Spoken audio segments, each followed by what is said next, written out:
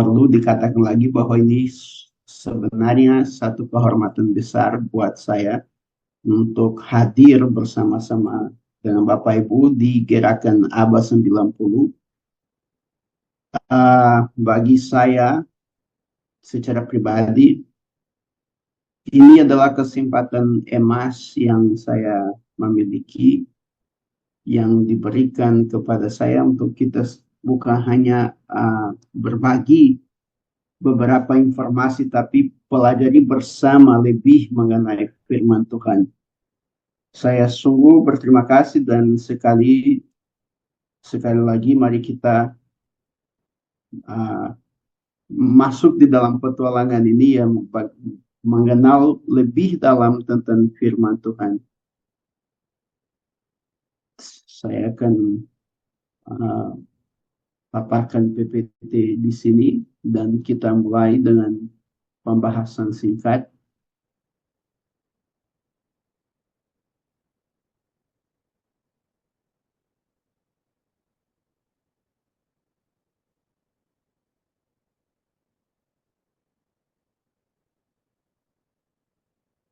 Dan lebih akurat bagi kita yang akan terjun di dalam gerakan baca Alkitab ABA 90, kalau kita benar-benar mengerti seluk-beluk Alkitab itu sendiri, termasuknya dari konteks sejarah, dari konteks penulisannya, dan oleh karena itu kami akan membahas sedikit mengenai bibliologi, dan sebenarnya itu kata yang keren untuk bicara mengenai satu bidang penelitian yang membahas seluk-beluk Alkitab.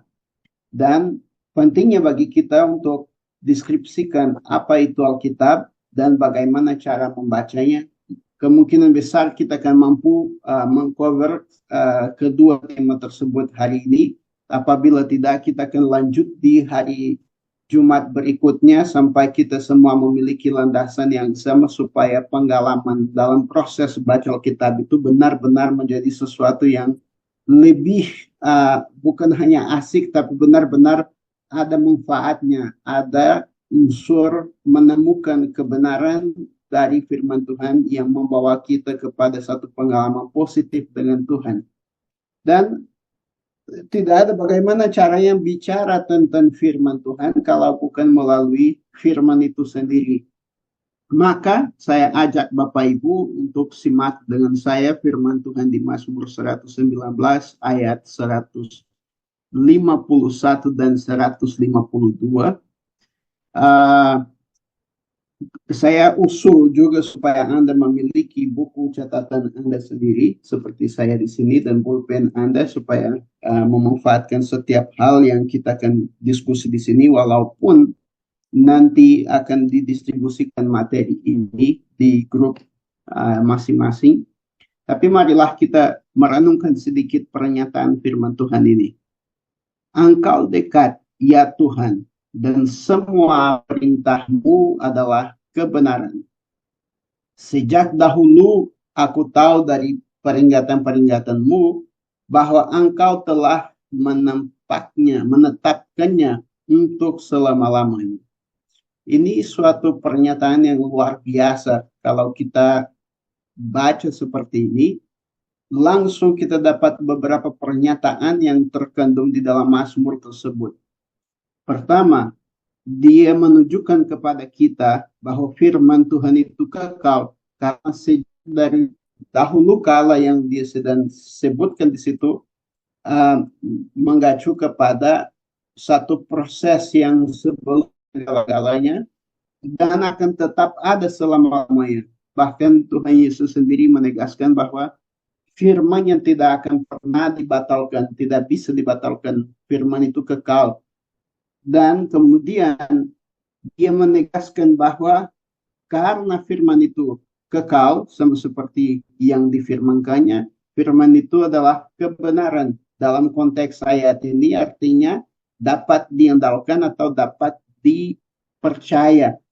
Karena sumbernya bukanlah manusia, bukanlah hati kita, bukanlah nurani kita, tapi sumbernya adalah Tuhan itu sendiri. Dan dia menunjukkan atau mempernyatakan bahwa kedekatan Tuhan itu ada di mana ada firman Tuhan. Maka kita pelajari secara langsung tiga hal ini. Firman itu kekal, firman dapat diandalkan dan dipercaya, dan Allah ada di mana firman-Nya berada, atau di mana ada firman Tuhan, di situ dia berada. Dalam hal tersebut, Bapak Ibu, syukurlah kita punya Alkitab dalam bahasa Indonesia. Karena di mana ada Alkitab, firman Tuhan, Tuhan juga ada. Kalau semua orang Kristen di muka Indonesia ini dibunuh atau dilenyapkan, tapi ketinggalan satu Alkitab, akan lahir kembali satu jemaat yang kokoh dan kuat, karena Alkitab itu hidup dan berkuasa. Dia lebih tajam daripada pedang bermata dua manapun. Dia sungguh sanggup memisahkan sendi-sendi dan sumsum, jiwa dan roh, dan setiap niat hati kita. Maka keberadaan jemaat ada kepada keberadaan firman Tuhan. Coba saja Anda menyamati sejarah kekristenan di Indonesia. Tidak ada atau tidak akan pernah ada jemaat yang percaya kepada Tuhan jika tidak pernah diberikan atau diberitakan terlebih dahulu firman Tuhan. Maka di mana ada firman Tuhan, di situ ada jemaat Tuhan juga, dan Tuhan itu sendiri. Dan kemudian kita perlu masih menyelidiki atau melihat perspektif lain dari Ulangan 30 ayat 11 sampai 14 yang bicara seperti ini. Sebab perintah ini, dan di sini dia mengacu kepada perintah yang sama seperti di Mazmur, firman Tuhan seutuhnya, yang kusampaikan kepadamu pada hari ini, tidaklah terlalu sukar bagimu dan tidak pula terlalu jauh. Tidak di langit tempatnya, sehingga engkau berkata, siapakah yang akan naik ke langit untuk mengambil bagi kita dan memperdengarkannya kepada kita, supaya kita melakukannya. Juga tidak di seberang laut tempatnya, sehingga engkau berkata, siapakah yang akan menyeberang ke seberang laut untuk mengambilnya bagi kita dan memperdengarkannya kepada kita, supaya kita melakukannya. Tetapi firman ini sangat dekat kepadamu, yakni di dalam mulutmu dan di dalam hatimu untuk dilakukan. Wow, ini adalah firman yang sungguh-sungguh dahsyat menurut saya. Bagi kita yang akan mulai proses membaca Alkitab, dan bagi seluruh umat Kristen yang menurut penelitian semakin hari semakin jauh dari firman Tuhan, sebenarnya firman ini merupakan satu teguran besar, karena semua pernyataan yang tertulis di sini berlaku kepada kita, dan kita bisa meringkasnya seperti ini. Ada beberapa unsur di dalam ayat ini yang saya terpaksa melewatkan supaya kita fokus di yang terpenting bagi pembahasan hari ini. Tapi Musa menegaskan keempat hal ini terkait firman. Firman Tuhan itu dekat kepadamu. Di konteks yang Musa sedang bicara, dia tidak bicara tentang jarak saja, tapi dia sedang memakai bahasa kiasan untuk bicara bahwa orang itu memiliki akses kepada firman Tuhan dan mereka mampu mengerti. Itu kenapa di tekanan berikutnya dia bicara, ada di dalam mulutmu. Firman ini ada di dalam mulutmu. Artinya bahwa firman itu diwahyukan, dituliskan di dalam bahasa mereka yang mereka mampu mengerti. Namun tidak ada alasan atau tidak mampu berdalih jemaat manapun di mana mereka punya firman di dalam bahasa mereka, dan mereka punya kesempatan untuk menjangkau firman tersebut. Seperti kita ini, kurang lebih di beberapa kota kita akan menemukan rumah yang orang punya lebih dari satu Alkitab. Tapi sangat sukar untuk menemukan orang yang punya kebiasaan membaca Alkitab setiap tahun, apalagi setiap hari. Kita masih mengalami banyak rintangan, keterbatasan dari segala hal yang terkadang itu hal yang sah, benar argumen kita. Tapi hari ini firman Tuhan sedang benar-benar menghancurkan segala alasan yang kita memiliki untuk mendoakan pembacaan dan pengenalan akan firman Tuhan. Dan berikutnya Musa mempernyatakan di sini bahwa firman ini ada di dalam hatimu. Dan ini menarik sekali karena pada waktu itu proses orang mengenal firman Tuhan adalah melalui pembacaan secara massal, secara umum. Musa atau siapapun dia yang bertanggung jawab atas pembacaan firman Tuhan, mereka akan membaca seutuhnya seluruhnya kitab Torah itu sehingga jemaat bisa mengenal isi firman Tuhan, karena firman Tuhan adalah otoritas tertinggi kepada jemaatnya. Dan semua orang di situ sudah mengenal firman Tuhan. Tidak asing bagi kita mendengarkan bagaimana kita ini orang Kristen suka terkadang adu mulut terkait soal jawab menjawab terhadap firman Tuhan, walaupun kita merasa belum maksimal dalam proses membaca firman Tuhan, tapi jelaslah bahwa ada sesuatu di hati kita yang benar-benar mempernyatakan bahwa kita mengenal firman Tuhan. Dan jika kita mengenal firman Tuhan, itu karena dua proses atau dua butir sebelumnya. Pertama, dia ada di dalam bahasa Anda, dan dia bisa dijangkau dan dimengerti. Maka jadilah dikenal. Yang terjadi pada umumnya adalah dalam proses kehidupan Kristen, kita kendor kasih terhadap firman Tuhan dan meninggalkan firman Tuhan. Di sisi lain juga, kita tidak bisa memungkiri kemungkinan adanya kesulitan-kesulitan yang khusus kepada masing-masing orang ataupun satu jemaat penuh untuk mengerti firman. Maka hadirlah gerakan seperti kita ini untuk menawarkan pertolongan, bantuan dari segi ajaran maupun dalam segi dorongan untuk baca firman secara seutuhnya dengan cara yang lebih memungkinkan atau menyenangkan. Dan tujuannya sama seperti titik yang keempat yang kita sedang baca pada malam hari ini, untuk dilakukan. Dan firman Tuhan yang Musa sampaikan di sini untuk dilakukan bukanlah untuk dilakukan seperti ketika Anda pergi kerja dan Anda punya sederetan kegiatan yang Anda harus lakukan di pekerjaan Anda, dan Anda cek di situ apa saja yang sudah dilakukan. Sesudah lakukan hal itu, disingkirkan, tidak perlu dilakukan lagi. Bukan itulah yang firman sedang maksudkan di sini, tapi dilakukan sebagai gaya hidup terus-menerus. Kenapa? Masih ke depan kita akan melihat bahwa firman Tuhan itu sendiri adalah sumber kehidupan, adalah makanan rohani, adalah dasar pikiran, pola hidup, dan segala identitas kita. Maka tidak bisa atau tidak akan pernah ada satu titik di mana firman Tuhan sudah cukup dan tidak perlu diterapkan lagi. Kita perlu hidup firman Tuhan itu setiap hari. Maka yang sedang dibahas di sini di dalam perikop yang kita baca tadi adalah bahwa firman ini harus menjadi gaya hidup kita.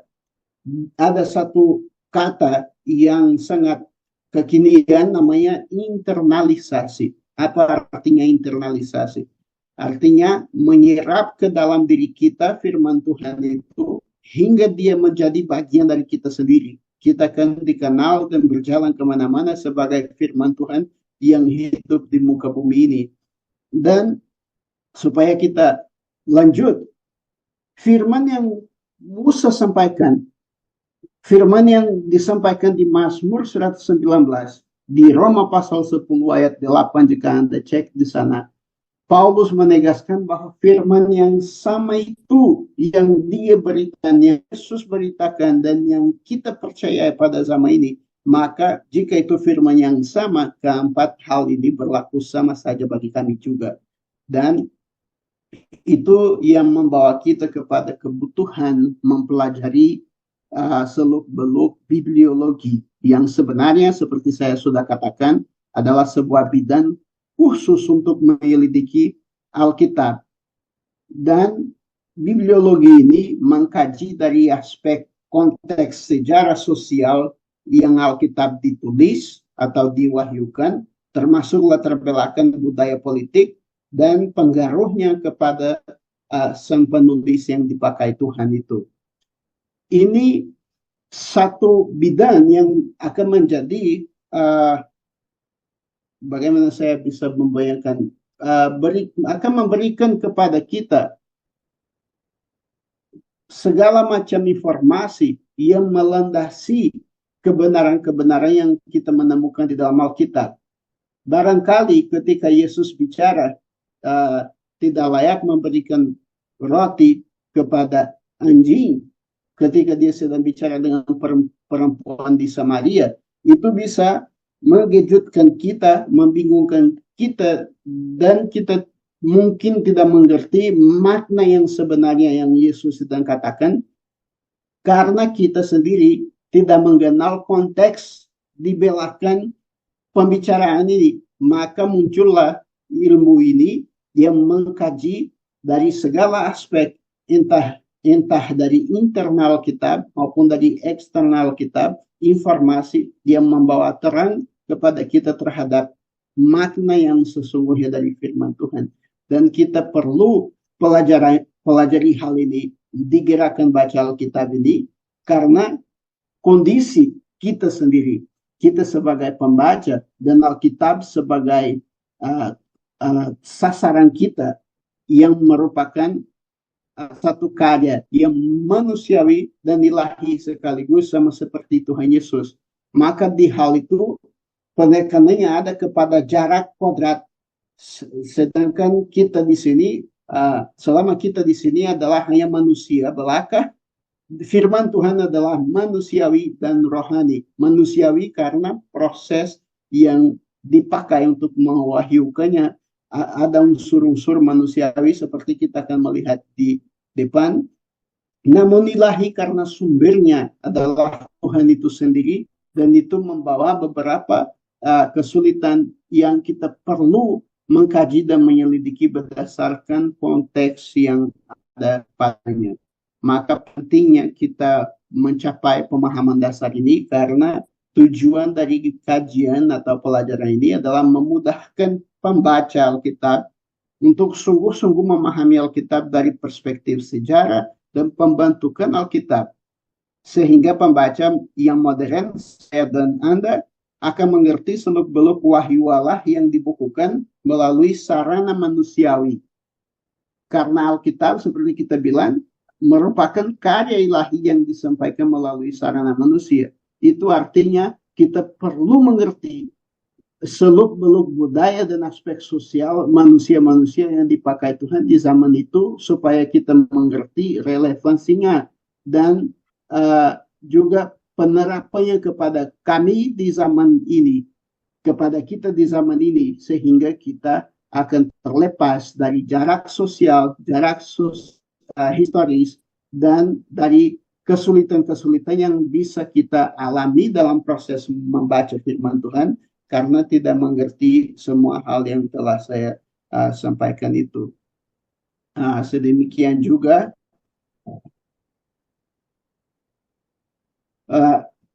pelajaran yang kita dimulai hari ini, bibliologi, dia memiliki ruang kecakupan yang cukup besar sebenarnya. Dan di sini saya berusaha untuk meringkas dalam 8 butir ini yang Bapak Ibu bisa melihat. Dan aspek yang kita perlu pelajari dari sini ke depan selama mungkin 8 pertemuan ini akan menolong kita untuk melihat Alkitab dengan hormat dan penghargaan yang seharusnya. Karena kita akan mengerti asal-usul dan sejarah pembentukan Alkitab, wahyu dan ilham Alkitab, inerasinya yang artinya dia tidak bersalah, dan infabilitas yang artinya dia tidak bisa gagal, otoritas, dan pada zaman kita ini, terutama di Indonesia, mulai banyak serangan terhadap otoritas Alkitab. Jika Alkitab tidak memiliki otoritas, maka kekristenan juga runtuh. Karena hanya ada kekristenan karena adanya Alkitab.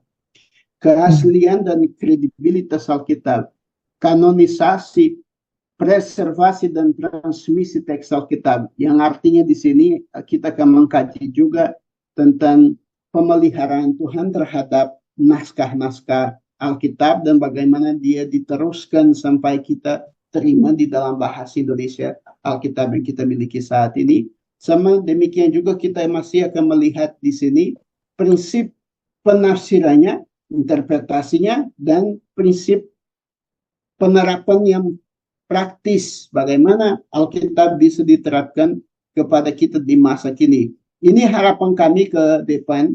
Semoga kita mampu selama 3 bulan ini mengcover semua topik yang sedang dibahas ini sehingga Anda bisa semakin diteguhkan, meyakinkan akan Alkitab yang Anda miliki, dan pada saat Anda baca, harapan kami adalah Anda bisa memiliki pemahaman geografis, kebiasaan kuno Timur Tengah, sistem pengukuran berat dan matauan kronologi Alkitab secara umum, sejarah bangsa-bangsa kuno, studi masing-masing tokoh dan kitab-kitab di dalam Alkitab, serta kesulitan-kesulitan yang bisa muncul. Sehingga ketika Anda ada di konteks yang tidak memiliki informasi seperti ini dan ada gerakan baca, atau Anda pun bisa mulai satu gerakan baca, Anda bisa meneruskan informasi ini, bisa menjadi seseorang yang mampu menjelaskan, memberikan keterangan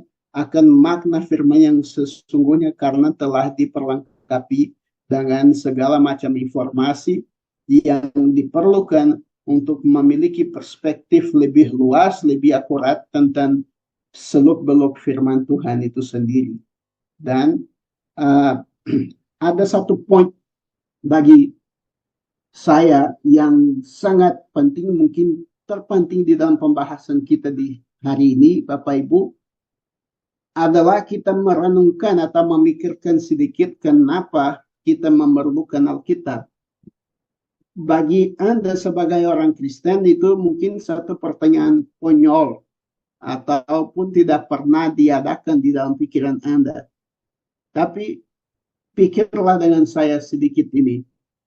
Memang kalau Alkitab sangat tidak diperlukan atau ada kemungkinan Alkitab tidak diperlukan di dalam gereja, apa dampaknya sebenarnya? Ataupun coba kita berpikir, jika kita disita seluruh Alkitab di Indonesia, apa yang akan terjadi kepada gereja? Maka dari situ kita mulai merenungkan bahwa keperluan akan Alkitab itu lebih besar daripada yang kita pikirkan. Namun saya mau sampaikan sedikit tentang tema kita ini, bahwa dasar keperluan akan satu Alkitab ada pada karakter Tuhan itu sendiri. Jika ada satu Tuhan dan Tuhan itu mau dikenal, maka dia memperkenalkan diri kepada manusia. Karena mustahillah manusia menjangkau pengenalan akan Tuhan kalau dia tidak mewahyukan diri. Oleh karena itu, kita percaya bahwa hanya ada satu Tuhan, dan kita percaya bahwa Tuhan itu memberikan satu wahyu dengan cara yang bermacam-macam sampai wahyu ini menjadi lengkap. Maka muncullah Alkitab, dan Alkitab ini adalah hasil dari satu Tuhan yang Maha Kuasa, yang tunggal, yang esa, namun yang mau bersekutu dengan manusia. Dan bukan hanya mau bersekutu, dia ciptakan manusia dengan satu kehendak yang tertulis di dalam Alkitab. Maka di sini langsung kita punya konsep Alkitab yang adalah wahyu Allah yang dibukukan. Maka mulainya dari situ, sejak dari awal sejarah gereja sendiri sudah memandang naskah-naskah asli Alkitab itu sendiri sangat mirip dengan pemahaman tentang pribadi Kristus, yaitu bahwa Alkitab pada saat yang sama adalah manusiawi dan ilahi.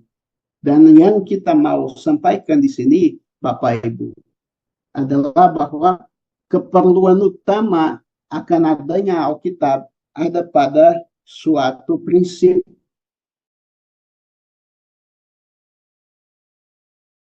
untuk identitas. Ini poin yang sangat penting saya usul Anda menulis. Alkitab diperlukan karena Alkitab adalah pembentuk identitas kita sebagai jemaat Allah. Tanpa Alkitab, kita hidup tanpa identitas. Karena Alkitab disebut seperti itu oleh saya tadi sebagai pembentuk identitas, itu artinya bahwa Alkitab punya dua unsur. Unsur inklusif, artinya apa? Setiap orang yang menerima Alkitab sebagai firman Tuhan, dia akan termasuk menjadi warga kerajaan surga, warga keluarga Allah. Karena kita diselamatkan oleh pemberitaan Injil, Injil keselamatan Allah, yang adalah seluruh Alkitab. Bukan hanya keempat kitab suci, tapi seluruh Alkitab adalah Injil Tuhan yang dibukukan, yang diwahyukan, yang dibakukan dan diteruskan kepada kami. Dan itu artinya bahwa Alkitab adalah pintu masuk pengenalan akan Tuhan, ataupun satu-satunya pintu, karena walaupun kita tahu bahwa Kristus adalah lensa yang akan menafsirkan Alkitab kepada kami, tapi kami pun hanya bisa mengenal Kristus seperti yang seharusnya melalui firman Tuhan. Itu akan menjadi inklusif. Artinya apa? Setiap orang yang percaya kepada Yesus dimasuki, dibentuk ke dalam masyarakat imam Kristen, akan menjadi pengikut Yesus melalui proses yang dia mengenal Tuhan melalui firman-Nya. Dan secara akibatnya akan juga mengeksklusifkan, artinya mengeluarkan atau membatasi, sehingga semua orang yang tidak punya iman yang berasal dari firman tentang Allah dan mengenal Tuhan berdasarkan pengenalan yang dipaparkan di dalam Alkitab, dia diasingkan. Bukan karena Alkitab tidak mau dia diselamatkan, tapi karena kebenaran yang sebenarnya adalah Alkitab itu sendiri, wahyu tentang Tuhan adalah Alkitab itu sendiri. Dan Alkitab mengklaim secara eksklusif bahwa dia adalah satu-satunya kebenaran, maka yang lain bukan kebenaran. Dan itu keberatan untuk berdiri tegak di antara kekristenan sama agama yang lain, karena masing-masing akan paparkan satu Alkitab sebagai wahyu Tuhan, tapi Alkitab sudah mengklaim bahwa dia adalah satu-satunya Alkitab yang ditulis oleh Tuhan itu sendiri dan diwahyukan kepada kami melalui proses penyataan Tuhan di dalam sejarah. Dan ada tiga hal yang bisa saya tegaskan kepada Anda terkait Alkitab sebagai pembentuk identitas masyarakat Kristen. Yang pertama adalah bahwa Alkitab membentuk kita. Artinya apa? Jelas di 1 Petrus 1, saya akan baca di sini 1 Petrus 1 ayat yang ke-23, bahwa kita diregenerasikan, katanya sulit, tapi kita dipulihkan, kita dilahirkan kembali, bukan hanya melalui proses kekudusan, tapi proses kekudusan itu adalah akibat dari firman Tuhan yang bekerja di dalam kita, seperti tertulis di sini. Kamu telah dilahirkan kembali bukan oleh benih yang dapat, melainkan oleh benih yang tidak dapat rusak.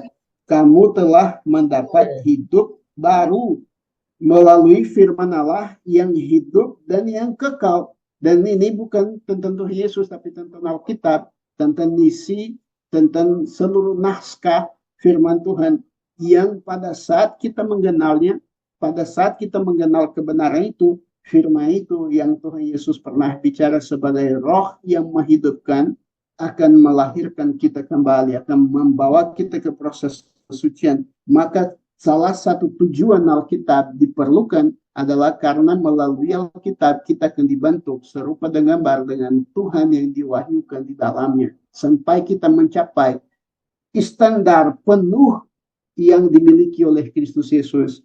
Dan yang kedua, Alkitab sebagai pembatas.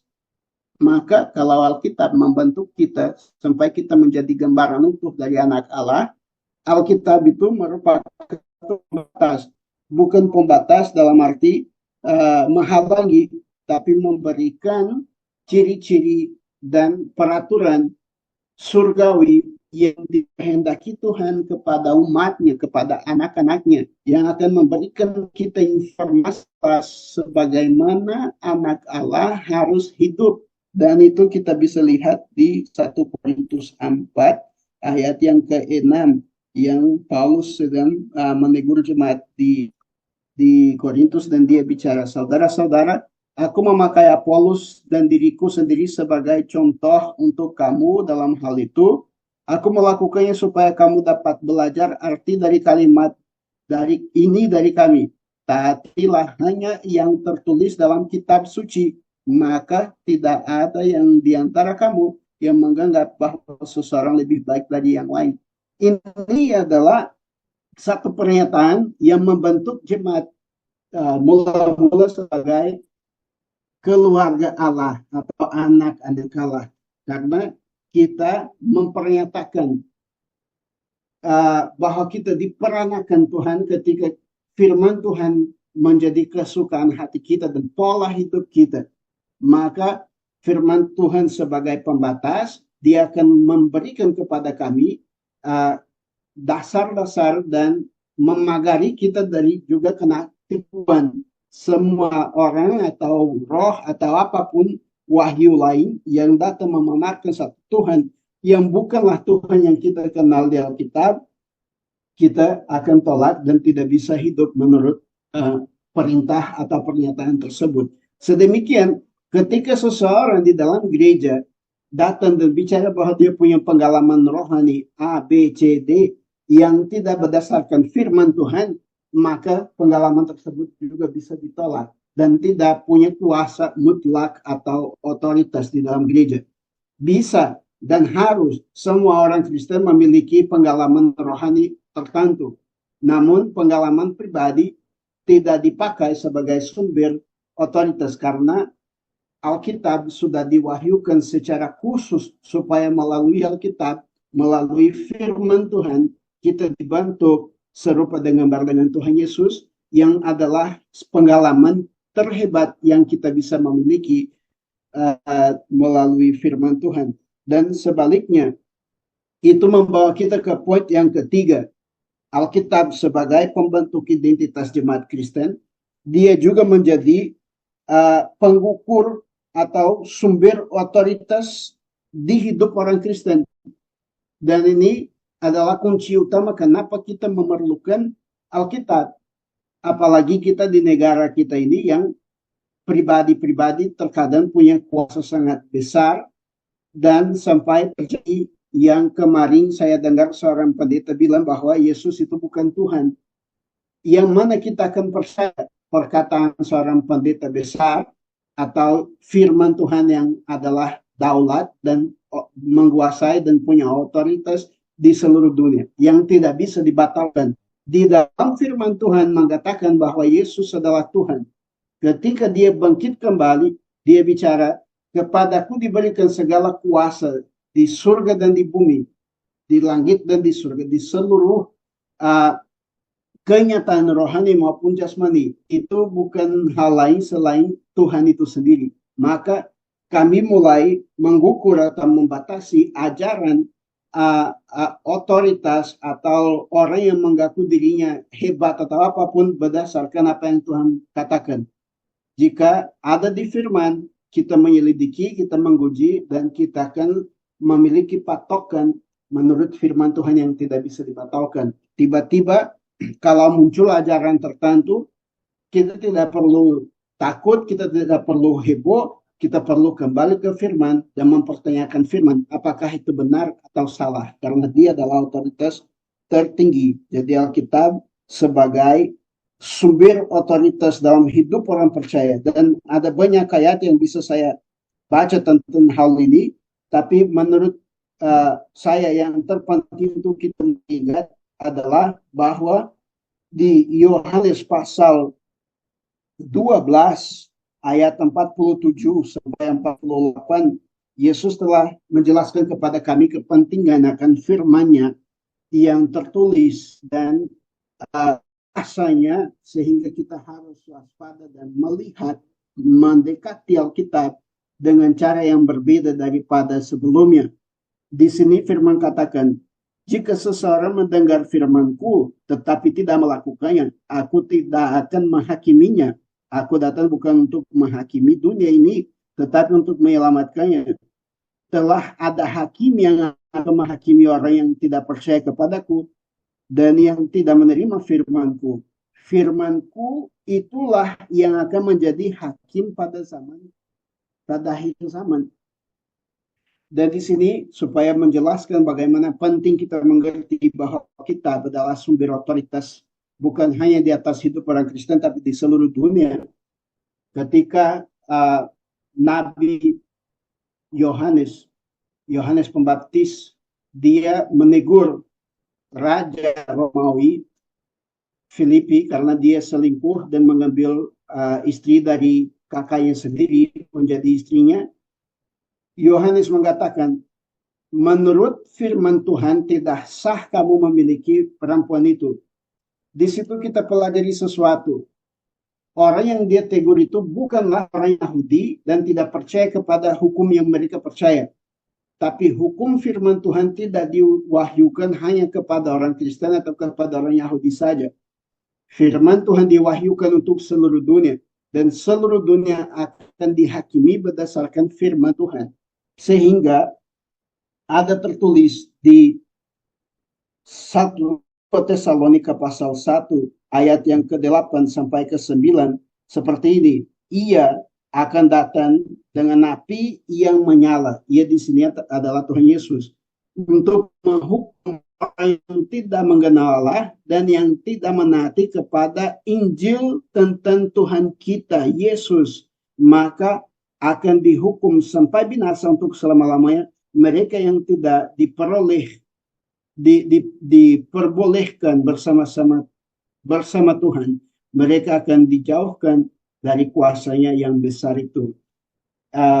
Ini satu pernyataan bahwa Alkitab itu daulat di atas seluruh dunia. Orang percaya tidak percaya, Alkitab, firman Tuhan ini yang akan dipakai sebagai tolok ukur untuk menghakimi semua orang. Entah dia percaya atau tidak, entah dia baca atau tidak, akses kepada firman ini sudah diberikan. Adalah buku yang paling diterjemahkan di seluruh dunia. Dari 700 sekian linguas, 7.000 sekian bahasa yang ada di bumi, kami sudah punya penerjemahan Alkitab yang lebih dari 3.000 bahasa dan masih banyak yang sedang diproses. Artinya bahwa tidak pernah ada satu zaman di muka bumi di mana orang punya fasilitas dan akses untuk mengenal kebenaran Tuhan seperti pada zaman kita ini.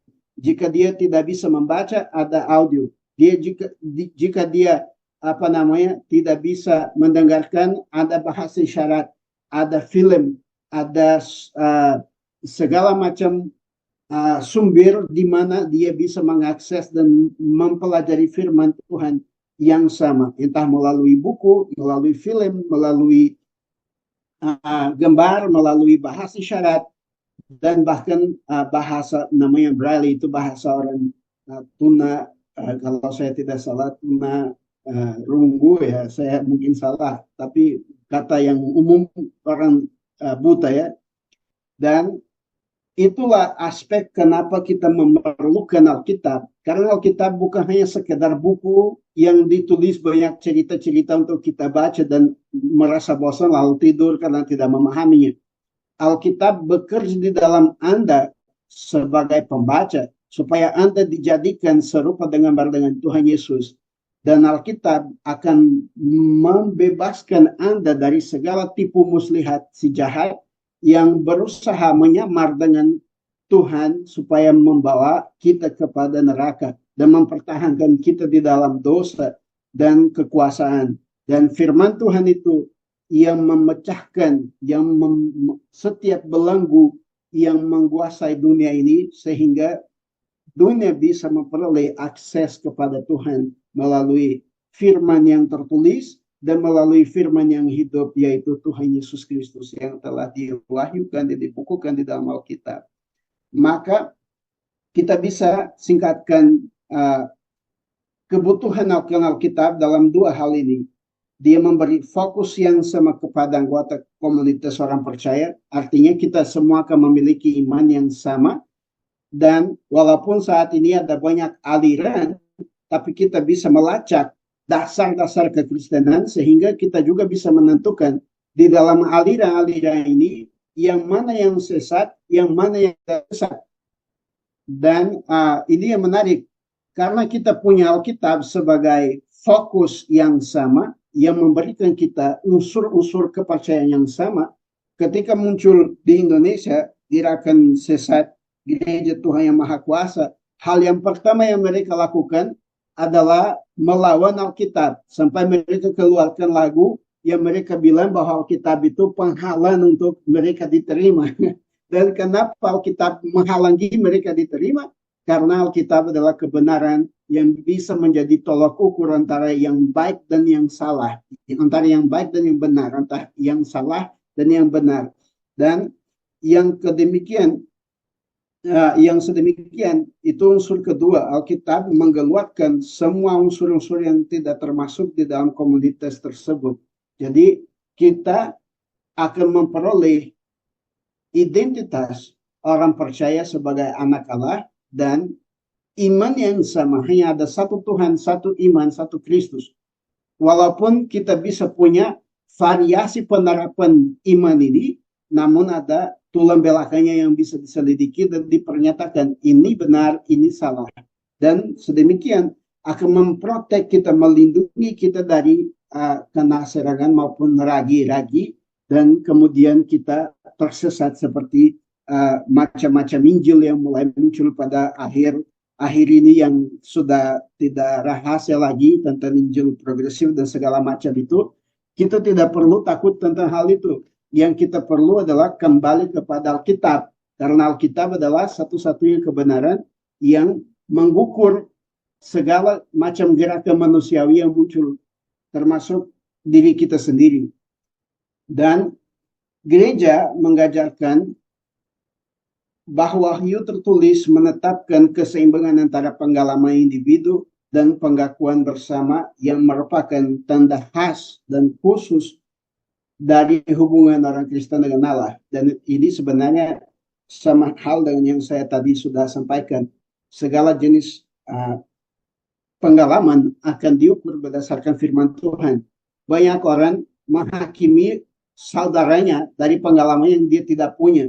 Dan yang lain menghakimi saudaranya dari pengalaman yang dia punya. Namun penghakiman yang sejati adalah penghakiman yang datang dari firman Tuhan. Jika kita mau menghakimi satu perkara di dalam jemaat Tuhan Yesus, kita seharusnya anggap serius apa yang firman katakan dan memastikan bahwa itu bukan sekedar pandangan pribadi kita, namun benar-benar makna yang disampaikan firman Tuhan. Dan kalau itu benar, kita harus terima walaupun kita pribadi tidak setuju. Dan kalau itu salah, kita harus benar-benar melawannya karena itu tidak sesuai dengan pernyataan Alkitabiah. Ini adalah 3 alasan yang kita memiliki kenapa kita perlu Alkitab.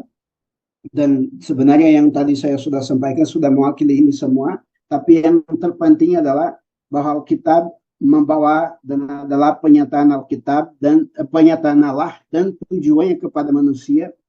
Sedemikian Alkitab adalah sarana komunikasi dengan Allah. Ketika Anda berdoa, Anda sedang bicara kepada Tuhan. Ketika Anda baca Alkitab, Tuhan sedang bicara kepada Anda. Maka persekutuan dengan Tuhan yang lengkap adalah persekutuan yang berasal dari firman dan doa. Seperti di 1 Timotius pasal 5 ayat 4 bicara segala sesuatu dikuduskan oleh firman dan doa. Dan kemudian fokus komunitas dan penyaringan. 3 hal ini sangat penting. Fokus di sini artinya iman yang sama. Saya bahkan heran bagaimana kita bisa memiliki bermacam-macam cabang denominasi gereja jika Alkitab itu satu. Kemungkinan besar kebanyakan denominasi-denominasi itu hanya fokus kepada satu aspek dari kebenaran dan bukan kepada kebenaran secara keseluruhan. Karena tidak mustahil, karena mustahil kerajaan Allah terpecah belah. Kemungkinan besar adalah kita sebagai manusia yang sedang gagal dalam mengambil serius penyelidikan Alkitab dan tunduk kepada Alkitab, bukan memaksa Alkitab tunduk kepada kita, ya. Dan Alkitab memainkan peran penting dalam membimbing, mengajar, dan membentuk komunitas Kristen serta memfasilitasi hubungan antara manusia dan Allah. Dan sebenarnya bukan hanya memfasilitasi, tapi mempertahankan kita di dalam persekutuan tersebut. Karena firman Tuhan seperti sudah dijelaskan adalah kuasa Tuhan yang bekerja di dalam kita dan mentransformasikan kita. Dan sekarang kita masuk di tema yang penting dalam lanjutannya ini. Kenapa pentingnya mempelajari Alkitab? Dan saya mau meringkas ini semuanya dengan cara yang sangat singkat. Terkadang dan kebanyakan kali kita tergerak untuk membaca Alkitab, dan sesudah membaca, kebanyakan orang, bahkan saya ada di sekitar 30 grup WhatsApp, mereka kirim renungan setiap saat, renungan. Dan saya mempertanyakan diri satu hal. Bagaimana orang bisa mengutip satu ayat dan dia buat renungan yang sangat panjang lebar jika konteks ayat ini berbeda dari apa yang dia sedang bahas dan konteks penulisannya ini tidak sesuai dengan apa yang orang ini mau katakan. Jadi dia hanya melandasi supaya sebagai sumber otoritas dan sampaikan isi hatinya sesuka mereka. Dan ini terjadi karena tidak mengikuti satu pola yang konsisten yang mengeluarkan orang Kristen dari sekedar baca Alkitab kepada penyelidikan Alkitab. Maka di sini kita sudah sampaikan bahwa dalam hal mempelajari Alkitab secara sistematis dan ilmiah karena membutuhkan benar-benar mencari bukti kepada setiap kebenaran yang kita memiliki. Harus mengikuti prosedur seperti ini. Pertama, kita mengenal teks Alkitab itu sendiri, baca seluruh kitab, mengenal sejarah, apa yang terjadi di zaman itu, pandangan dunia dan pola pikir yang mendasar yang terkandung di dalam Alkitab, dan yang kemudian prinsip-prinsip. Sesudah kita mempelajari semua itu bersama dengan pembaca yang kita adakan, kita akan menemukan prinsip-prinsip Alkitab. Dan akhirnya prinsip-prinsip itu adalah doktrin. Doktrin adalah ajaran yang harus ditaati. Tapi supaya menyederhanakan, saya bisa sebutkan bahwa ada 4 langkah yang kita harus lakukan untuk memanfaatkan pembacaan Alkitab atau mempelajari Alkitab seperti yang seharusnya. Dan yang pertama, kita harus baca, sekedar baca. Jangan khawatir jika Anda tidak mengerti banyak hal. Yang Anda harus lakukan adalah mencatat di buku Anda bagian mana yang tidak masuk akal bagi Anda, bagian mana yang Anda tidak mengerti sama sekali. Maka pentingnya gerakan baca Alkitab ini, karena kami mendorong dan kami hadir untuk bantu Anda baca firman terlebih dahulu. Biarkan firman menunjukkan dirinya kepada Anda dan jadilah jujur dan bicara kepada diri Anda sendiri. Bagian ini saya tidak mengerti. Tidak maksudnya bagian itu salah. Maksudnya Anda terbatas dalam informasi dan pengetahuan untuk bisa menguasai segala hal. Dan kebetulan menurut saya tidak ada satu manusia manapun yang bisa menguasai seluruh firman karena firman itu hidup. Namun Sesudah kita baca, langkah yang kedua adalah kita menyelidiki. Ada satu berkat di dalam firman Tuhan spesifik bagi pembaca firman Tuhan. Dan kebetulan bagi orang yang tidak bisa membaca, di Wahyu pasal 1 ayat 3 bicara seperti ini. Betapa bahagia orang yang membacakan firman dari Allah. Demikian juga mereka yang mendengarkannya. Jadi ada berkat, ada bahagia, diberkati orang yang membaca firman dan mereka yang mendengarkan firman. Dan kemudian ada kebutuhan untuk kita menyelidiki firman. Dan Yesus sudah pernah bicara hal itu di Yohanes 5 ayat 39 yang dia bicara, kamu menyelidiki kitab-kitab suci sebab kamu menyangka bahwa olehnya kamu mempunyai hidup yang kekal. Dan tetapi walaupun kitab-kitab suci itu memberi kesaksian tentang aku. Dan sebenarnya ini pertentangan Yesus dengan orang Farisi. Tapi ada dua hal yang kita menemukan di sini sebagai alasan kenapa kita harus keluar dari pembacaan ke penyelidikan Alkitab. Karena dalam penyelidikan itu kita sedang cari tahu siapa Yesus dan bagaimana kita memperoleh hidup yang kekal sesuai kesaksian firman Tuhan. Barulah masuk di tahap ketiga. Saya sudah baca, saya sudah menyelidiki, saya menemukan kebenaran ini tentang keselamatan dan tentang Yesus. Sekarang saya merenungkan. Dan Mazmur 1 ayat 2 bicara merenungkan firman siang dan malam.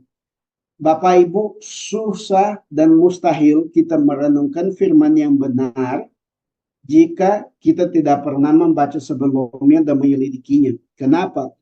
Karena konsep merenungkan di dalam firman Tuhan bukan sekedar membuat buah pikiran, tapi adalah seperti satu sapi yang dia mengunyah sesuatu, kemudian dia kembali ke mulutnya itu dan mulai mengunyah kembali sampai dia benar-benar dihancurkan.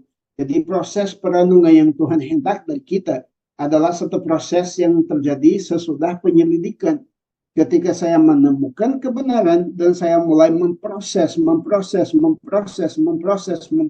kebenaran itu, sampai kemudian saya tiba di tahap penerapan. Kenapa?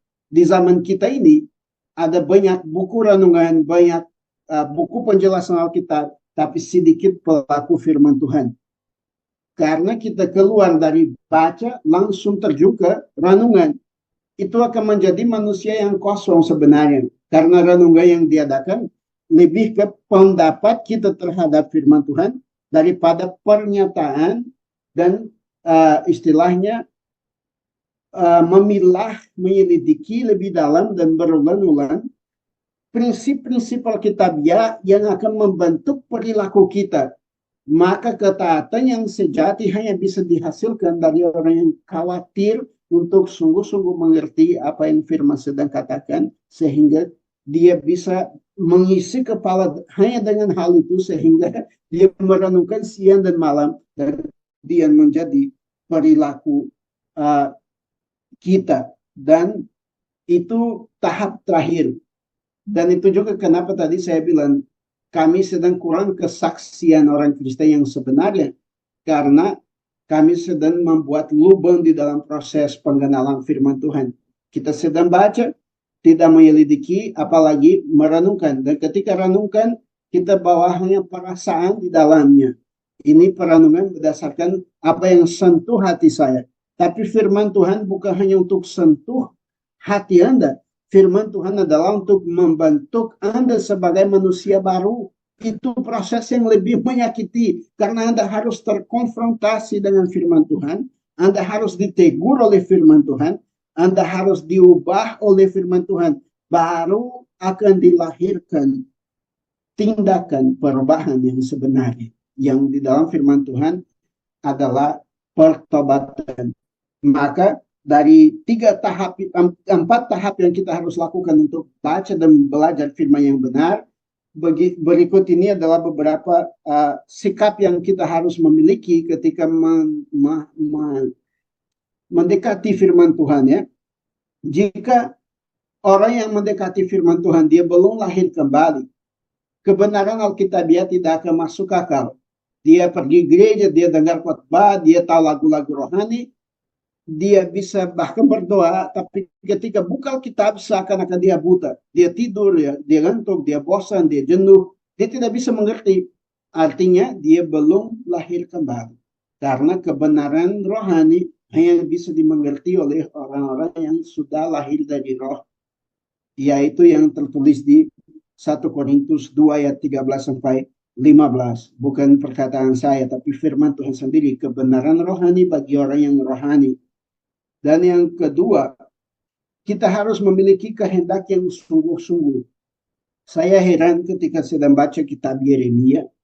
Dan Yeremia dapat wahyu dari Tuhan. Dia seorang nabi, tapi dia merenungkan dan mencari bukti bahwa apa yang dia sedang menerima itu bukan dari hatinya, tapi dari Tuhan. Sampai ketika orang datang mengunjungi dia dan bicara persis apa yang Tuhan sampaikan, dia percaya bahwa itu dari Tuhan.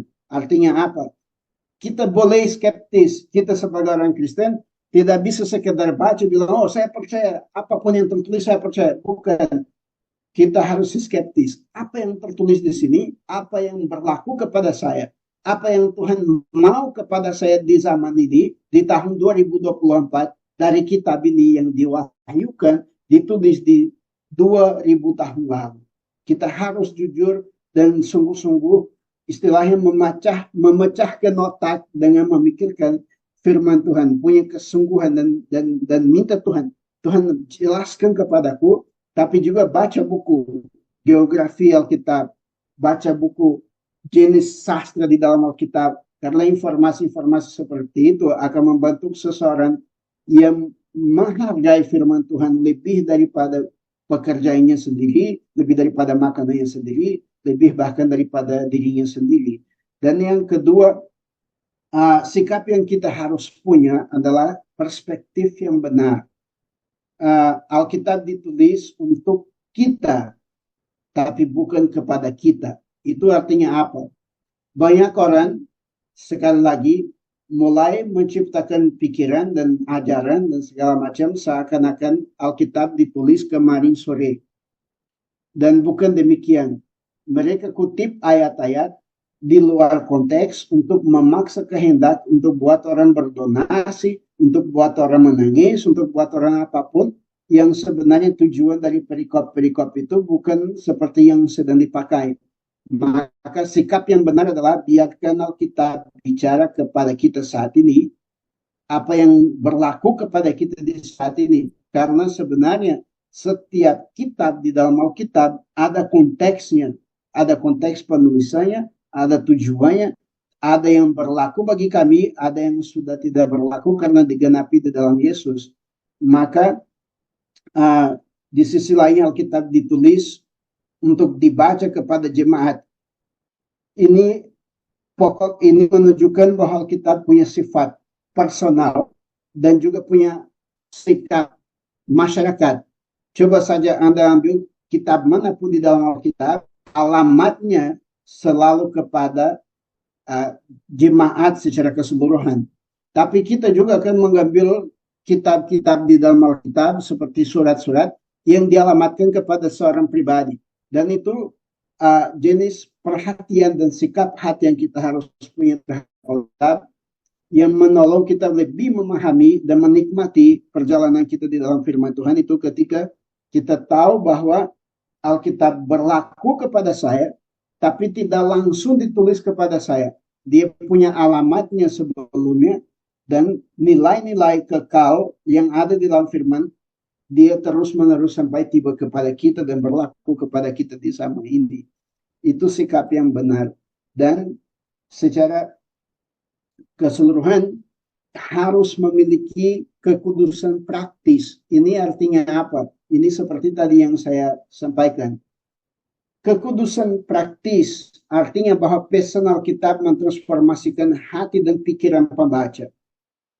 Dengan kata lain, pembaca harus baca untuk berubah. Harus baca Alkitab melawan dirinya sendiri.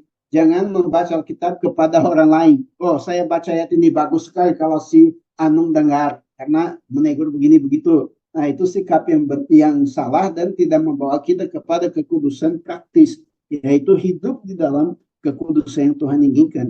Firman wahyu yang tertulis dari Allah, sebuah terang bagi langkah-langkah pembaca dan sebuah terang bagi jalan setiap orang percaya.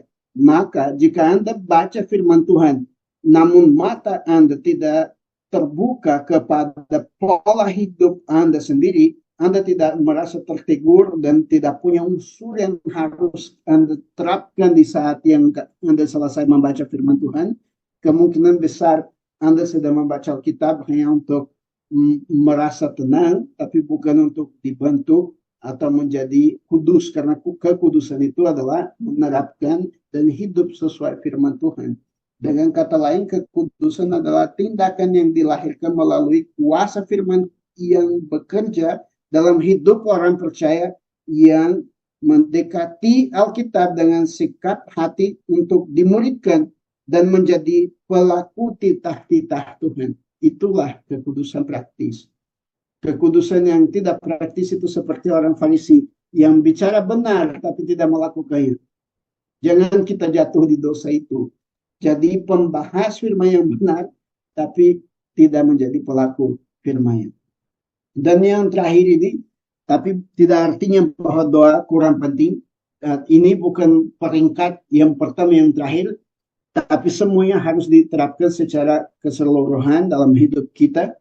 Doa, kalau kita memakai kesempatan untuk baca firman Tuhan disertai dengan doa, itu Anda sedang mengundang sang penafsir Alkitab, yaitu Roh Kudus, untuk menjadi bagian dari petualangan rohani Anda. Roh Kudus dijanjikan dan diberikan kepada Anda supaya dia sendiri menuntun kita kepada kebenaran. Dia yang akan menjelaskan, dia yang akan mengingatkan kita. Maka tidak ada hal lebih baik daripada kita berdoa kepada Tuhan supaya Roh Kudus bisa menerangkan hati kita dan bahkan merendahkan hati kita supaya hati kita tidak bersuara lebih daripada yang firman Tuhan sedang katakan. Dan manfaatnya akan sangat luar biasa. Karena Tuhan bergaul karib bagi orang yang takut akan Dia. Dan doa adalah satu sikap butuhnya Tuhan. Bukan hanya butuh buku-buku, bukan hanya buku penafsiran, tapi saya perlu atas segala-galanya Roh Kudus bersama saya. Dan itu merendahkan saya karena menunjukkan bahwa saya sebagai manusia tidak mampu segala-galanya. Saya perlu Roh Kudus Tuhan.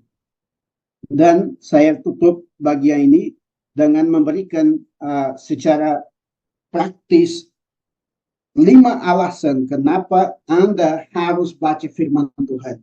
Tadi kita sudah lihat beberapa langkah di sini tentang cara yang lebih memaksimalkan proses baca Alkitab kita sampai kita tiba di pemahaman doktrinal. Kemudian kita bicara sikap yang kita harus memiliki ketika sedang mau baca Alkitab. Dan sekarang saya singkatkan 5 hal kenapa, 5 alasan kenapa Anda harus baca setiap hari firman Tuhan. Yang pertama adalah karena firman itu hidup yang kekal. Sudah kita baca di Yohanes 5 ayat 39. Yang kedua, karena Alkitab adalah manual bagi pelayan Tuhan. Dan percaya tidak, semua orang Kristen adalah pelayan Tuhan. Itu ada tertulis di 2 Timotius pasal 2 ayat 15. Dan di sini saya tadinya pas menyelidiki menemukan kesulitan untuk menemukan penerjemahan yang menerjemahkan ayat ini dengan baik. Saya akan baca satu versi yang mudah dimengerti dalam bahasa Inggris yang bilang begini. Give diligence to present yourself approved by God, a workman who does not need to be ashamed, properly handling the word of truth.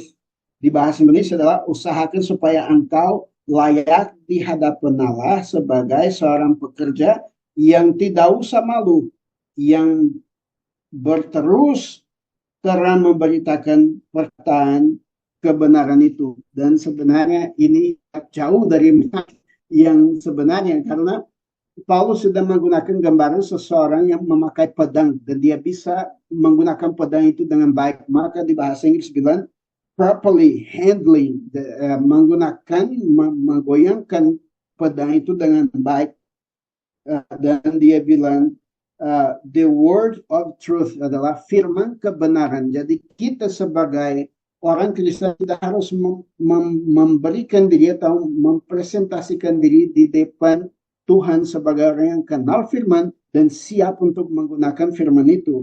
Dan yang ketiga, firman adalah makanan rohani.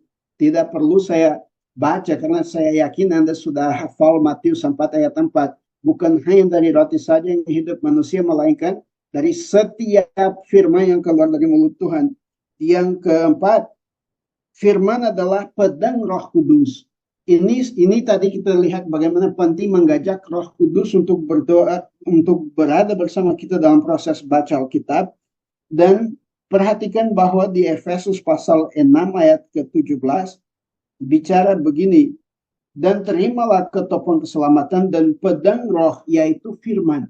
Wow, coba berpikir Anda sedang berperang secara rohani, ada masalah di mana-mana, ada bahkan roh jahat atau apapun itu yang Anda sedang menghadapi, dan solusinya ada di benar-benar firman Tuhan, karena Roh Kudus akan memakai firman Tuhan untuk berperang bersama Anda atau bahkan berperang di dalam Anda sehingga Anda mencapai kekudusan, karena firman adalah pedang Roh Kudus. Jika Anda tidak punya pedang itu, bagaimana Roh Kudus akan menggunakan Anda?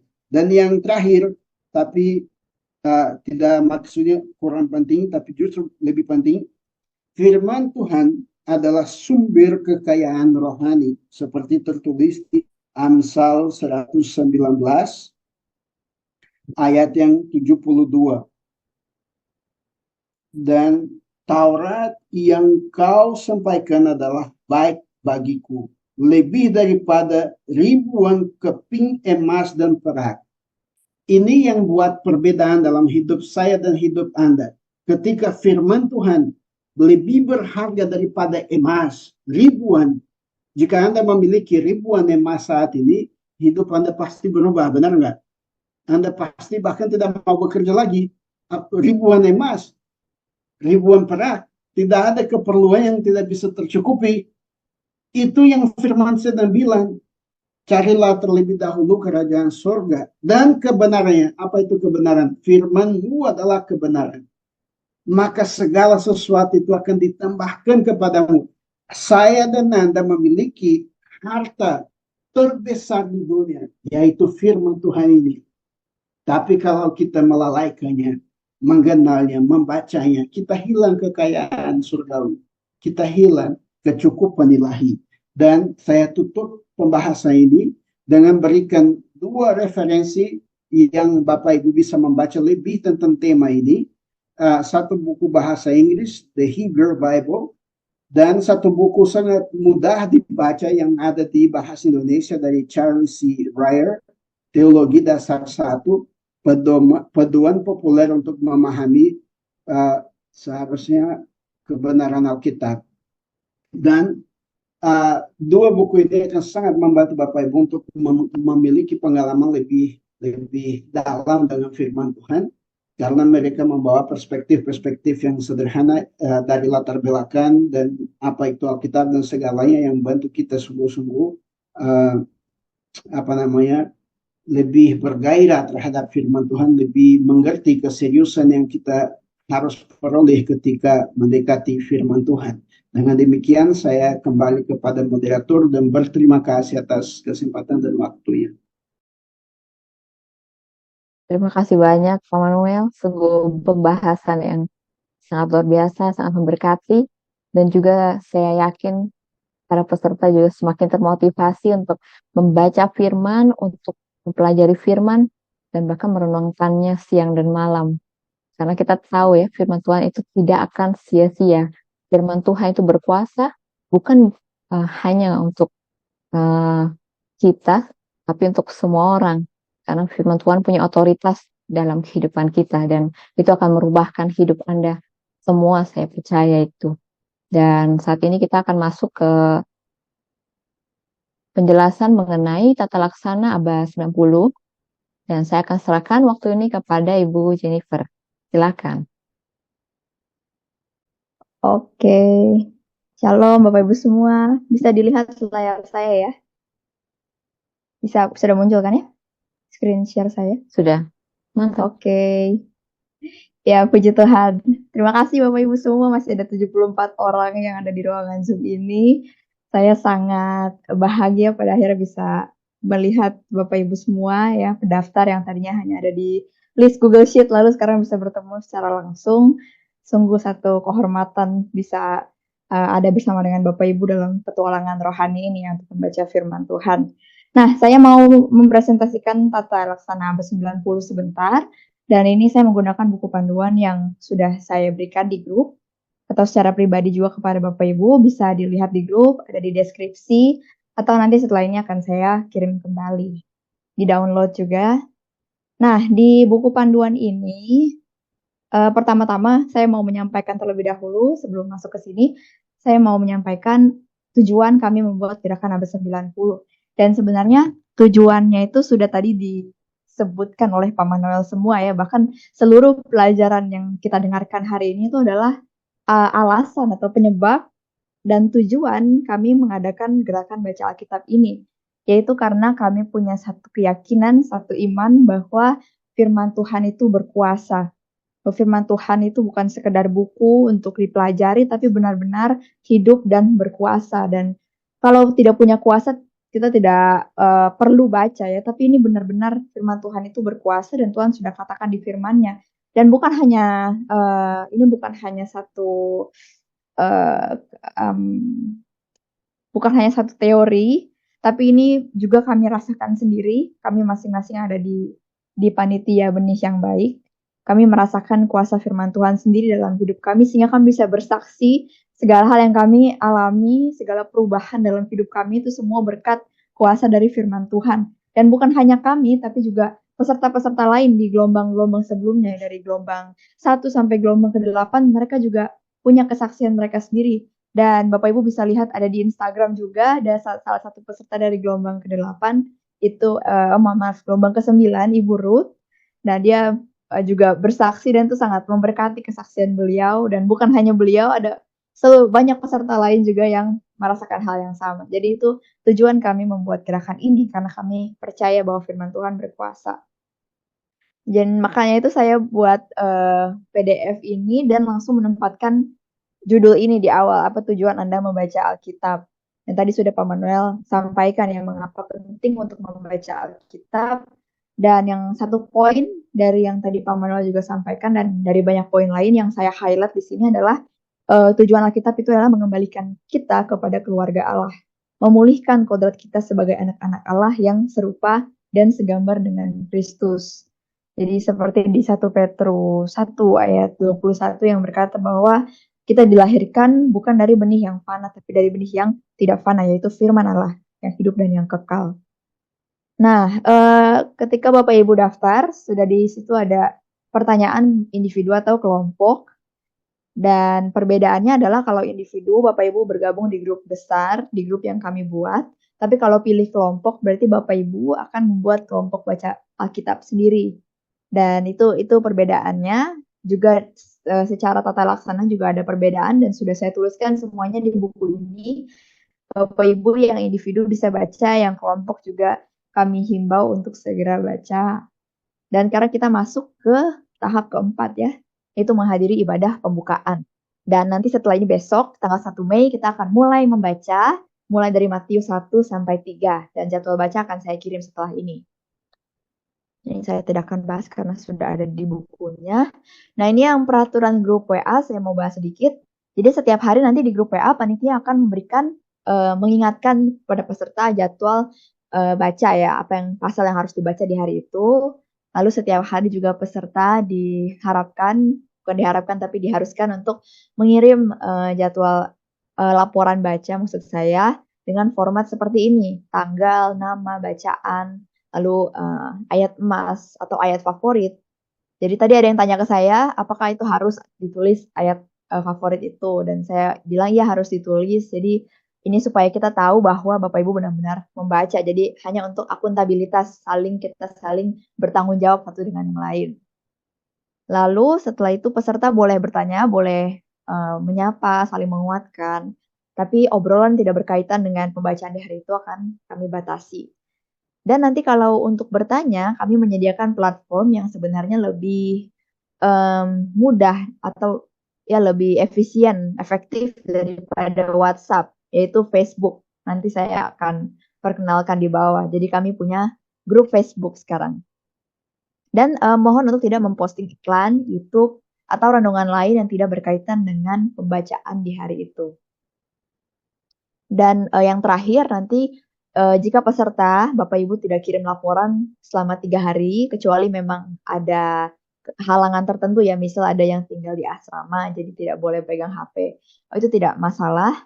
Tapi kalau tidak mengirim laporan dalam 3 hari tanpa ada alasan khusus, nanti kami akan menghubungi Bapak Ibu supaya kita bisa saling menguatkan dan Bapak Ibu bisa diharapkan untuk terbuka tentang kendala atau kesulitan yang Bapak Ibu sedang alami, sehingga kami bisa mendoakan Bapak Ibu juga.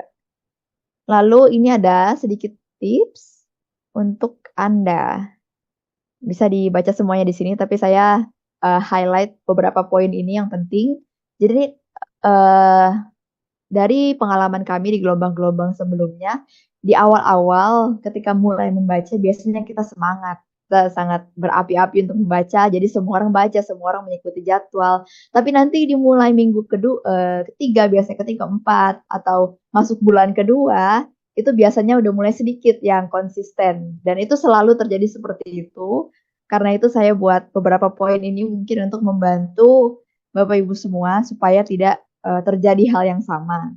Jadi pertama-tama Bapak Ibu bisa temukan pola yang cocok ya, kapan bacanya, di mana, kapan waktu yang tepat, sesuai konteks Bapak Ibu sendiri. Kalau saya, biasanya saya bacanya di pagi hari.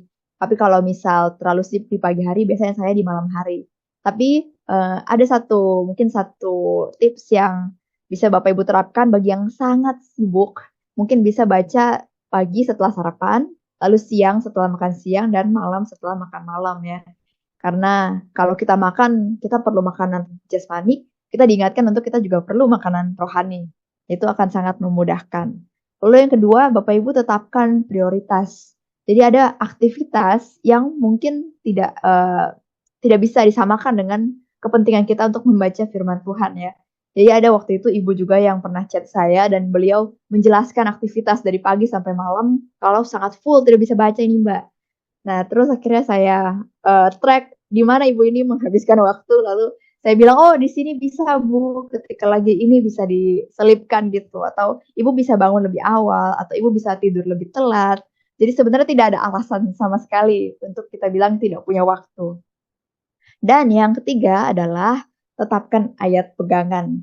Nah ini karena ketika kita baca Alkitab Bapak Ibu ini bukan tentang hanya satu aktivitas fisik ya, tapi ini juga aktivitas rohani dan bukan hanya ya, ada banyak pihak yang tidak mau hal itu terjadi ya, iblis, dunia, dan juga keinginan daging kita itu semua menentang aktivitas pembacaan firman. Karena itu kami seperti tadi Pak Mano sampaikan, pentingnya berdoa sebelum membaca Alkitab, meminta Roh Kudus untuk hadir. Lalu juga kita harus punya ayat yang kita pegang untuk jadi fondasi kita ketika mulai ada godaan. Udah nggak usah baca, udah besok aja, udah kan terlalu capek. Nah itu kita bisa tangkis dengan firman Tuhan ya, kita langsung bilang, oh enggak, Tuhan bilang di Matius 4 ayat 4, Tuhan bilang bahwa manusia hidup bukan dari roti saja, tapi dari setiap perkataan keluar dari mulut Allah. Oh enggak, Tuhan bilang carilah dahulu kerajaan Allah dan kebenarannya, maka semuanya akan ditambahkan kepadamu. Jadi kita bisa gunakan ayat firman untuk melawan semua godaan tersebut. Lalu ini juga kita mengundang Bapak Ibu untuk terhubung dengan kami di grup Facebook. Jadi di PDF itu Bapak Ibu bisa klik ya, itu ada tulisan klik untuk bergabung, itu beneran bisa langsung diklik. Lalu Instagram juga bisa follow kami untuk kita bisa sama-sama menyebarkan konten Alkitabiah. Dan ada YouTube di mana kami juga akan upload ini webinar ini dan eh, ada podcast juga yang sedang dalam perkembangan. Jadi Bapak Ibu bisa dukung pelayanan kami dan follow, subscribe, like, share eh, sosial media kami. Dan ini ada jadwal baca di buku ini juga, tapi nanti besok nanti akan saya kirimkan gambarnya ya biar bisa lebih gampang. Oke, nanti oh ya, nanti di setiap kitab saya akan kirimkan pendahuluan. Misal besok ini kitab Matius, malam ini saya akan kirimkan pendahuluan kitab Matius. Jadi Bapak Ibu bisa baca dulu dan tahu konteks ya. Jadi bisa benar-benar memahami apa yang dibaca. Dan ini adalah rekomendasi ayat pegangan. Lalu tadi ada yang tanya kepada saya. Ini rekomendasi ayat pegangan yang tadi saya sampaikan. Oke, tadi ada yang tanya kepada saya, bagaimana kalau misal hari ini belum baca, lalu saya bolong ya hari ini, lalu besok saya baru bisa baca lagi. Apakah saya harus baca 6 pasal sekaligus atau saya baca 3 pasal jadi mundur sehari gitu. Nah, yang kami sarankan adalah mengikuti sesuai jadwal. Jadi kalau hari ini 3 pasal, terus kita lupa baca atau tidak baca, besok bacanya ya 6 pasal. Jadi itu membantu kita untuk konsisten supaya tidak memberikan alasan kalau terlalu sibuk gitu. Dan yang goal atau tujuan kami di sini adalah pertama-tama supaya kita baca keseluruhan dulu. Jadi jangan khawatir kalau belum paham, ada bagian yang membingungkan. Itu kita akan paham seiring dengan pertumbuhan rohani kita. Jadi Bapak Ibu kalau bingung, jangan. Kalau saya dulu sering seperti itu soalnya. Kalau saya bingung, saya akhirnya baca terus di bagian itu, terus saya nggak maju-maju pada akhirnya. Tapi di sini tujuan kita adalah baca sampai habis. Jadi kalaupun bingung, tetap lanjut saja. Itu tips dari kami. Lalu juga tadi ada yang tanya bagaimana cara download TSI ya, terjemahan sederhana Indonesia. Nah, itu bisa ada di aplikasi Sabda dan YouVersion. Biasanya yang Bapak Ibu pakai itu kan aplikasi Sabda ya, yang warna biru ya, yang ini. Saya nggak bisa kasih ini. Eh,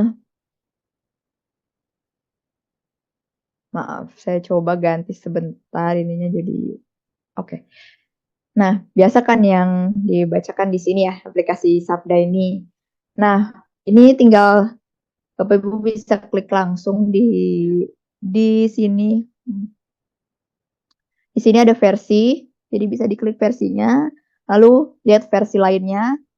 Nah, ini harus download Alkitab TSI, jadi tinggal dicari di sini terjemahan sederhana Indonesia yang mana ya. Nah, ini saya sudah download TSI di sini. Nah, saya tidak bisa lihat ini di mana. Ya, di sini. Oke, nanti kalau sudah di-download, diklik, tinggal diganti di sini, klik versi lagi, terus ternyata sudah ada versi TSI, tinggal diklik. Jadi itu nanti untuk tutorial selanjutnya mungkin saya bisa, Bapak Ibu kalau kurang paham bisa tanya ke saya secara langsung. Nanti saya bantu pandu cara-cara download TSI. Itu saja Bapak Ibu, sekarang saya langsung berikan kepada moderator. Baik, terima kasih untuk informasi dan tipsnya yang sangat luar biasa, Ibu Jenny. Saat Sama-sama. ini saya mau buka waktu dan ruang untuk Bapak Ibu Saudara mungkin yang mau ada pertanyaan mengenai materi hari ini dan punya pertanyaan juga mungkin mengenai Aba 90 ya, yang nanti akan Anda lakukan selama 90 hari ke depan. Bapak Ibu Saudara bisa langsung raise hand, atau mungkin bisa juga tik pertanyaan Anda di kolom chat, nanti akan saya bacakan. Nanti akan saya persilakan juga orang yang raise hand, supaya Anda bisa bertanya langsung kepada mungkin Bapak Manuel atau Ibu Jennifer. Oke. Silakan Bapak Ibu Saudara,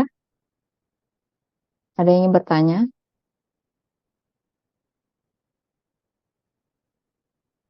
Oh, ada Ibu Niken. Silakan Ibu Niken.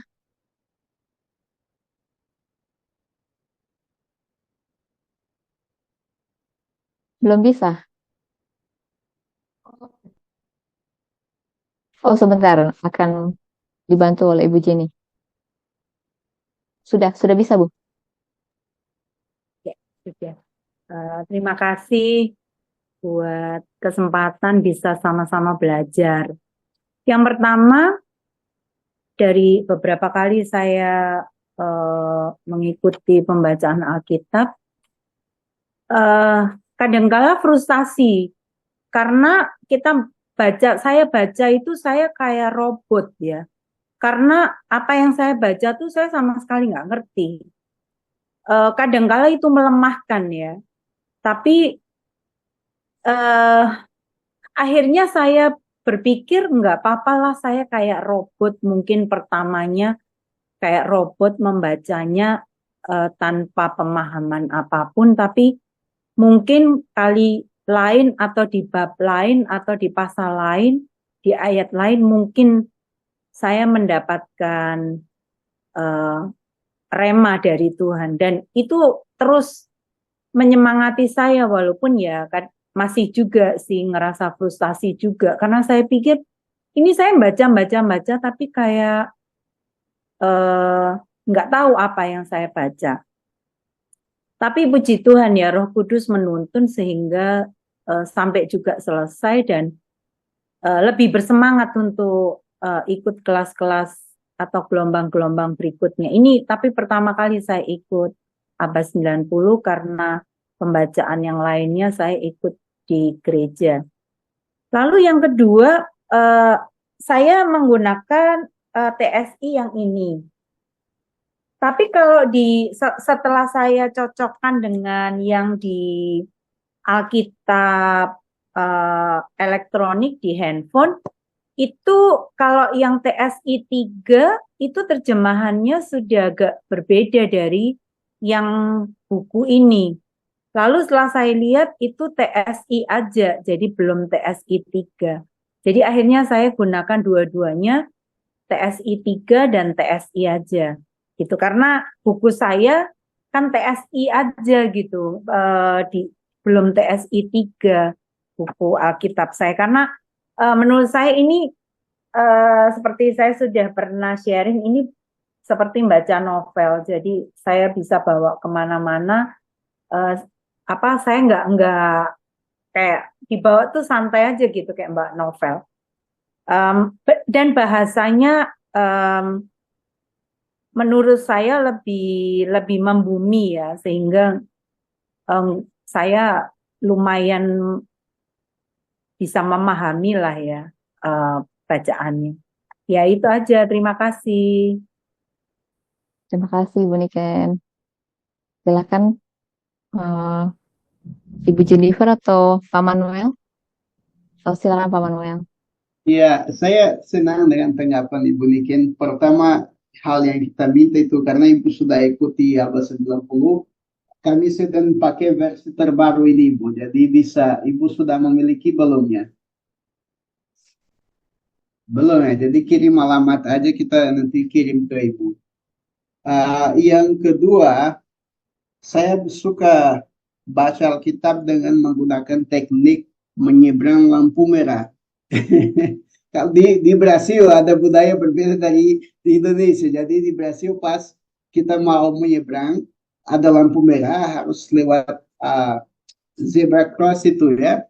Jadi apa yang kita harus lakukan sebelum injak di zebra cross, kita harus berhenti, melihat kanan kiri, baru kita pergi. Itu teknik baca Alkitab ketika kita sedang baca seperti robot.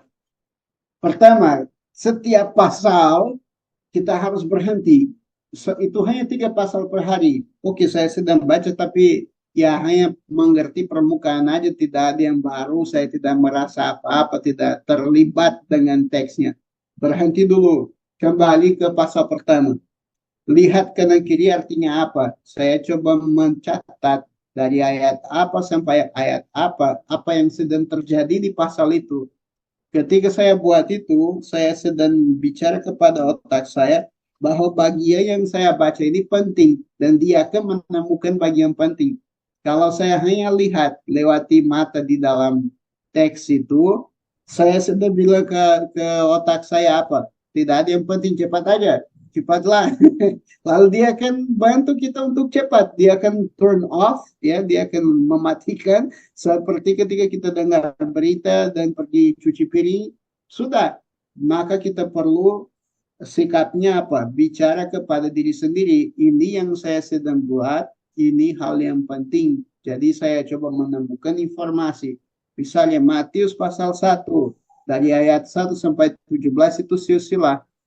Banyak pertanyaan yang bisa diberikan. Kenapa sih dimulai dengan silsilah ini? Terus kemudian dari ayat yang 18 sampai seterusnya itu peristiwa kelahiran Tuhan Yesus, dan di dalam peristiwa itu ada adegan-adegan sendiri. Bagian pertama di mana Maria dipernyatakan hamil, bagian kedua konflik di mana Yusuf mau bercerai dengan Maria, sampai bagian ketiga solusinya, di mana malaikat tampil kebenaran bahwa Maria sebenarnya hamil dari Roh Kudus. Lalu dengan mengakui, lihat kanan kiri, kita sedang menemukan segala unsur yang terkandung di dalam pasal itu, dan apa hubungannya dengan pasal berikut.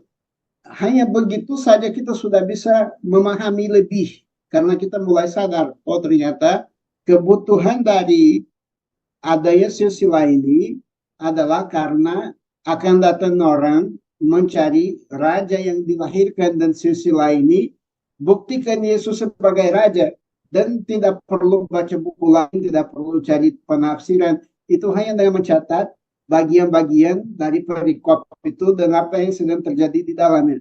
Karena kitab-kitab Injil itu satu narasi.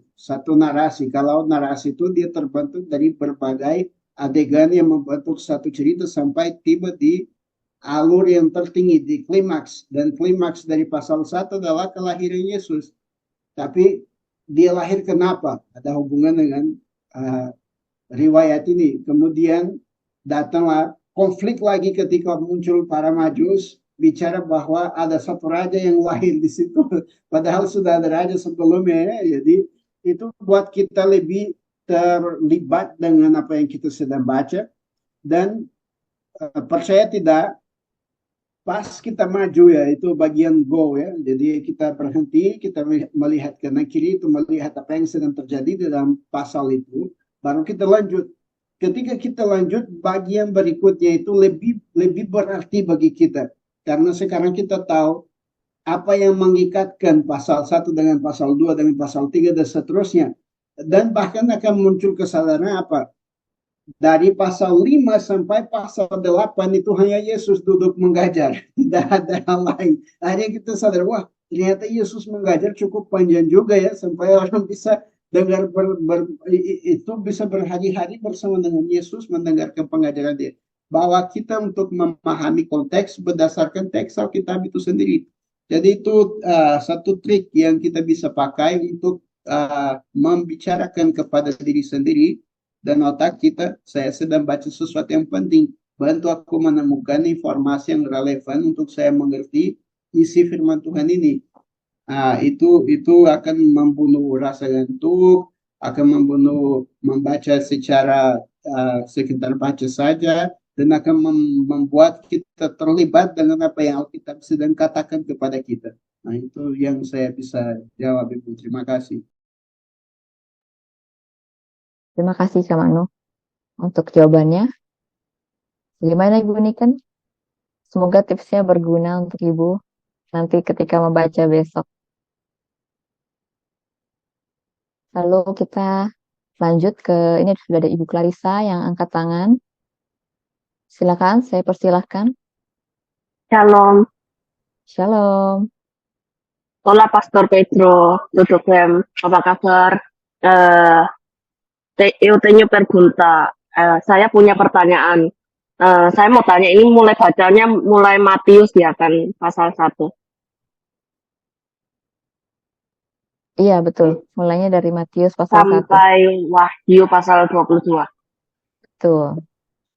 Kalau sehari berarti harus baca 3 pasal ya, berarti nggak bisa 5 pasal. Harus 3 pasal saja.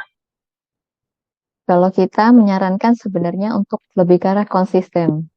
Bagaimana setiap harinya fokus ke 3 pasal, supaya lebih bisa menemukan inti dari pembacaan. Jadi bukan hanya untuk cepat-cepatan selesai, tapi bagaimana dari 3 pasal tersebut benar-benar dibaca, diresapi, dan makanya kita kan nanti akan menulis laporan di grup. Nanti kamu akan tulis laporan di grup.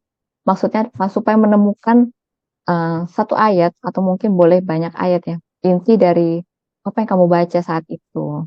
Seperti itu. Barangkali ada orang yang sangat doyan. Ada kasus di mana salah satu peserta dia mulai baca Matius ketika dia sadar sudah ada di Markus. Itu karena saking dia benar-benar suka pembacaan itu. Itu nggak ada masalah juga sebenarnya. Nanti tinggal Clarissa melaporkan sesuai bacaan harian dan kutip satu ayat yang benar-benar menyentuh hati Clarissa, dan terus kalau selesai duluan mulai lagi mulai lagi sambil berikan laporan harian itu, biar bagian berikan laporan itu menjadi bagian yang akan bantu Clarissa untuk berpikir lebih tentang bacaan yang sudah dilakukan. Jadi akan sangat efektif juga kalau ikut seperti itu. Muito obrigada, pastor. De nada, obrigado a você. Deus abençoe. Terima kasih dan Tuhan memberkati. Terima kasih Kak Clarissa, Tuhan berkati. Baik, kita langsung ke, ini akan menjadi mungkin 8 menit lagi kita pertanyaan terakhir hari ini. Kak Yohan Muniaga, silakan, saya persilahkan.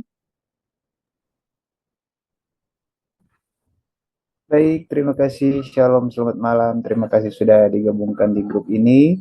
Shalom, Pak. Saya tadi menyimak bahwa kita direkomendasikan untuk Alkitab TSI ya. Kemudian pertanyaan saya, karena kita direkomendasikan TSI, berarti pertanyaannya apakah Pak Manuel ini adalah memang dia penerjemah untuk Alkitab TSI, Pak ya. Nah, kemudian ini kan saya lihat ada yayasan Benih yang Baik ya, Benih yang Baik. Kemudian ada Albata. Nah, terus apakah organisasi ini pastinya berhubungan atau ini organisasinya berdiri sendiri-sendiri, atau apakah Benih yang Baik ini bagian dari Albata, terus bapaknya bagaimana mungkin organisasi di Albata gitu ya, terus membuat yayasan seperti ini. Kemudian saya mengenal salah satu penerjemah, kalau nggak salah juga dari dari TSI. Saya sudah cukup lama mengenal YouTuber Pak Elias Zulkifli. Apakah itu satu tim dengan Bapak Manuel? Itu aja, terima kasih. Terima kasih atas pertanyaannya, Pak. Ya, silakan Pak Manuel. Oke. Terima kasih. Ini pertanyaannya luar biasa. Itu kira-kira 4 pertanyaan. Mari kita pelan-pelan dari riwayatnya. Ada satu pergerakan dari Tuhan di zaman ini yang berbeda dengan zaman lalu, di mana setiap yayasan istilahnya mencari makanan untuk diri sendiri, mau berjuang sendiri, mau menyelesaikan amanat agung sendiri. Di zaman ini, Tuhan membuat para pemimpin mengerti bahwa amanat agung akan diselesaikan ketika kita kerjasama. Itu kenapa Benih yang Baik, yang adalah satu organisasi sendiri, kerjasama dengan Albata dan semua yayasan yang lain, termasuk dengan Pak Elias Zulkifli dari namanya Yayasan Dwi Atma Pratama, itu nama yayasan beliau. Dan kebetulan di beberapa tahun lalu, sudah cukup lama, saya juga terlibat di dalam tim penerjemah TSI.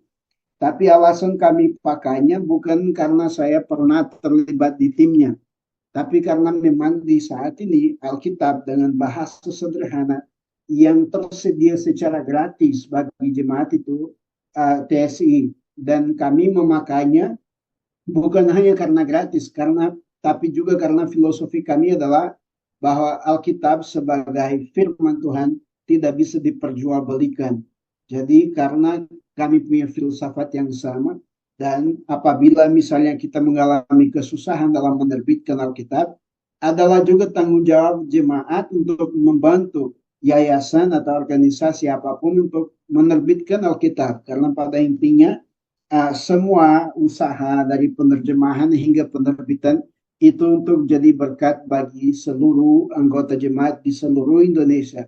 Itu juga kenapa menjadi semacam kebutuhan gereja di zaman ini, yang beberapa yayasan karena memakai Alkitab sebagai produk penjualannya tidak mau mengambil resikonya untuk berikan Alkitab dalam bahasa sederhana secara cuma-cuma.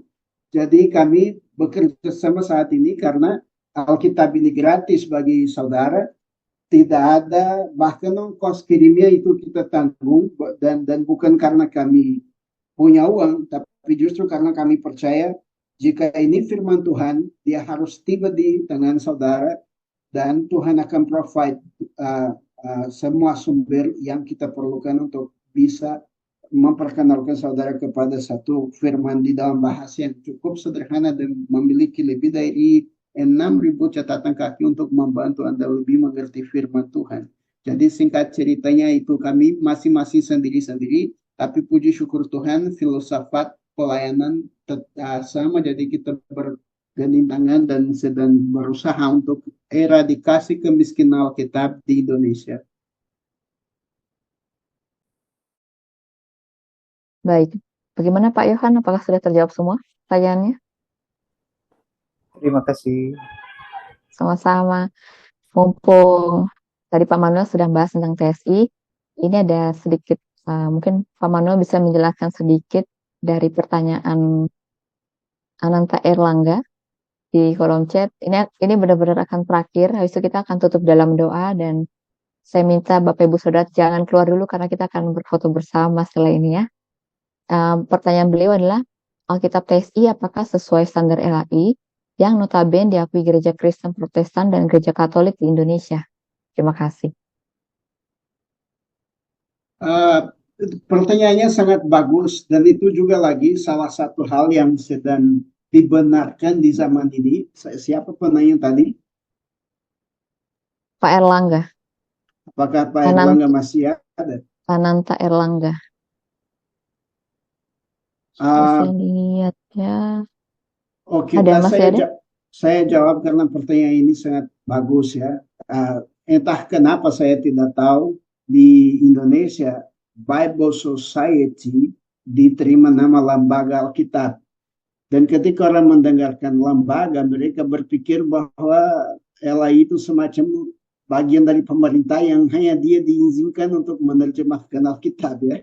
Dan itu sebenarnya satu salah paham, karena namanya lembaga itu di bahasa Inggris artinya Bible Society adalah komunitas Alkitab, yang adalah organisasi yang kerjasama dengan seluruh organisasi penerjemahan di seluruh dunia. Dan sebenarnya LAI lebih berfungsi sebagai penerbit daripada sebagai penerjemah. Semua kitab yang hari ini dia terbitkan di bahasa suku daerah sebenarnya diterjemahkan oleh yayasan yang lain. Ada 1-2 yang dia terjemahkan sendiri. Ini merupakan sinergi yang sangat kuat, yang sangat luar biasa demi kerajaan surga. Karena pertama, LAI tidak akan pernah memiliki sumber yang diperlukan untuk menyelesaikan penerjemahan ke 719 bahasa yang ada di Indonesia. Yang kedua, tidak akan pernah mampu membayar tenaga kerja untuk karya sehebat itu. Maka dia perlu berkolaborasi bersama dengan yayasan-yayasan lain yang bekerja low profile. Kenapa bekerja low profile? Karena memang di Indonesia terlalu banyak peraturan yang berusaha untuk menghambatkan penyebaran firman Tuhan dimanapun ada kekristenan itu, entah Katolik atau Protestan. Maka LAI dikenal lebih karena sebagai satu lembaga penerbit, dan juga itu membuat dia punya posisi lebih terkemuka karena dia yang menerbitkan, maka dia akan berhubungan langsung dengan gereja-gereja. Sedangkan yang bekerja di latar belakang sana di dapur bahkan tidak dikenal atau diakui. Nah, barangkali organisasi-organisasi penerjemahan harus menggalang dana di luar Indonesia karena di dalam Indonesia mereka belum bahkan tidak diketahui sama sekali. Tapi singkat ceritanya, LAI dan semua lembaga di dunia ada di bawah satu standar penerjemahan yang disebut FOBAI. Jadi bukan hanya TSI, tapi LAI juga harus ada di bawah satu standar yang diakui oleh lembaga-lembaga penerjemahan di seluruh dunia, seperti Wycliffe, Pioneers Bible Translation, dan banyak organisasi yang lebih kuno, lebih besar. Mereka berkumpul bersama, termasuk lembaga yang menerjemahkan TSI juga berkumpul, dan mereka keluarkan standar penerjemahan, standar kualitas penerjemahan Alkitab yang diterima dan diakui gereja sedunia, entah Katolik, entah Protestan. Dan puji syukur Tuhan, TSI sudah termasuk di dalam pengakuan sebagai salah satu penerjemahan yang resmi dan sah digunakan di seluruh wilayah di Indonesia, bahkan diakui oleh Kementerian Agama dan juga oleh PGLI, PGI, dan segala macam institusi kekristenan yang ada di saat ini. Jadi singkat cerita, itu memang jawabannya yang kami memiliki dengan senang hati, karena bisa klarifikasi bahwa LAI itu sendiri bukan satu-satunya lembaga yang ada di Indonesia, tapi mungkin yang terkemuka, yang terkenal karena dia menerbitkan, maka dia berurusan langsung dengan pelanggannya, yaitu jemaat. Dan organisasi penerjemahan cenderungnya mereka off karena mereka bekerja di ranah yang cukup sensitif, dan Alkitab dalam bahasa sederhana ini muncul. Sebenarnya ini satu informasi dari dapur ya, karena ketika kita tawarkan kepada LAI untuk benar-benar mendistribusikan BIMK secara cuma-cuma kepada jemaat di Papua di waktu itu 2005, mereka menolak, dan akhirnya kita terpaksa mulai karya penerjemahan dari bahasa asli langsung untuk bisa menyediakan Alkitab dalam bahasa sederhana yang mudah dimengerti secara cuma-cuma bagi setiap orang yang mau memiliki pengalaman positif dan transformatif dengan firman Tuhan. Jadi inilah latar belakang dari pertanyaan yang saudara tanya itu, dan puji syukur Tuhan kita diakui, dihargai, dihormati sama seperti yang lain juga. Tidak ada keterbatasan secara resmi dan secara hukum di Indonesia sama sekali. Puji syukur Tuhan. Baik, terima kasih penjelasannya Pak Manuel. Saya harap Bapak Ibu Saudara juga bisa mencoba untuk membaca Alkitab menggunakan TSI, karena saya rindu Bapak Ibu Saudara mengalami satu pembacaan yang bisa dimengerti, yang melekat ke hati kita, karena dia menggunakan bahasa yang kita bisa pahami saat ini. Dan tapi tidak menutup kemungkinan Bapak Saudara bisa juga tetap cross-check dengan translation yang lain, dengan penerjemahan yang lain. Karena tujuan di sini kita adalah untuk mengenal dan mengerti firman Tuhan, maknanya. Dan karena itulah karena terjadi perubahan hidup dalam kehidupan kita, karena firman Tuhan hidup di dalam kita, karena kita paham dan mengerti makna tersebut. Dan semua terjemahan Alkitab di Indonesia hanyalah sebagai alat untuk membantu kita untuk mengenal Tuhan lebih jauh lagi setiap harinya. Dan kita tutup sesi tanya jawab kita pada hari ini, sesi ibadah kita pada hari ini. Kita akan tutup dalam doa, lalu setelah itu kita akan berfoto bersama. Oke, minta Bapak Manuel untuk tutup kita dalam doa.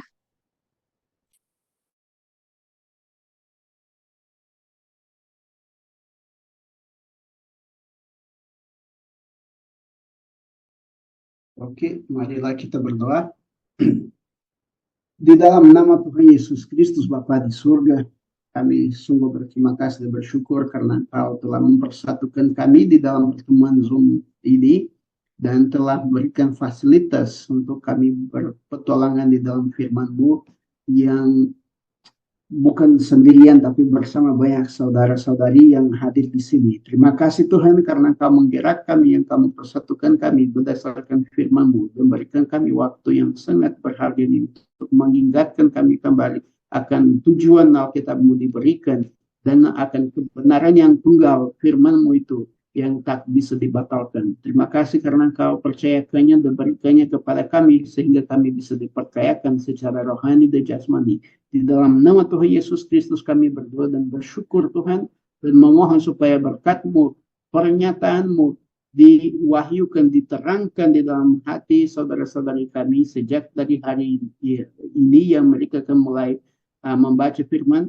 Buka mata mereka supaya mereka mengerti maksud dan kehendak-Mu, dan lebih daripada itu bicara secara pribadi kepada masing-masing mereka sehingga mereka buktikan, mencicipi dan melihat bahwa Tuhan itu baik. Di dalam nama Tuhan Yesus Kristus kami berdoa dan bersyukur. Haleluya.